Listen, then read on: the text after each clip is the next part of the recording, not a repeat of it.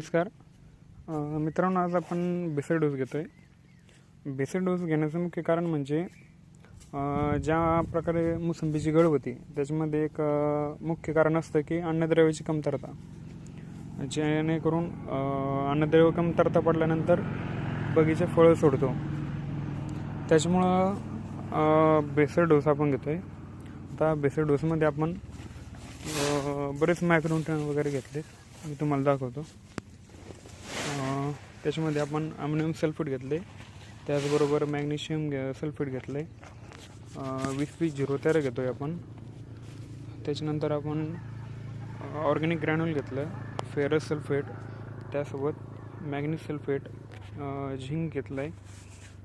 त्याच्यानंतर आपण सल्फर घेतलं आहे आणि सुपर मिक्समध्ये आपण घेतलं आहे फेरस, मॅग्नेशियम, कॅल्शियम, झिंक आणि बोरॉन. अशा पद्धतीनं आपण हे पूर्ण अन्नद्रव्य घेतलेले आहे, मायक्रोन्यूट्रन. आता ही घेण्याचं प्रमुख कारण म्हणजे आता पावसाळ्यामध्ये बऱ्याच प्रमाणात गळ होते.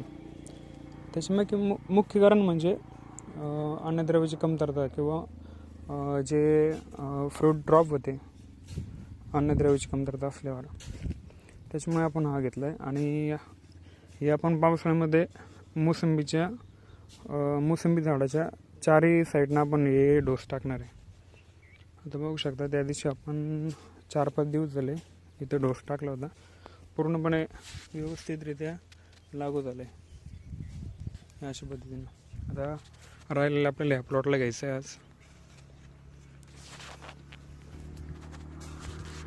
बेसल डोस घेतल्यानंतर याचे अजून अनेक फायदे असे, ज्या पद्धतीनं हे अशी पिवळी पानं पडले हे देखील रिकवर होतं आणि फळाची साईज वगैरे चांगली बनते, क्वालिटी देखील बनते.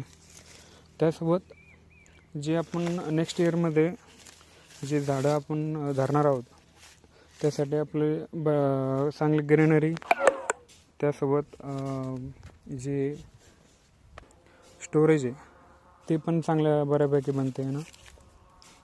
अशा पद्धतीने जे अनेक फायदे आहे आणि जी नवीन नव्हती निघलेली त्याच्यासाठी पण चांगलं फायदा याचा नक्कीच होईल.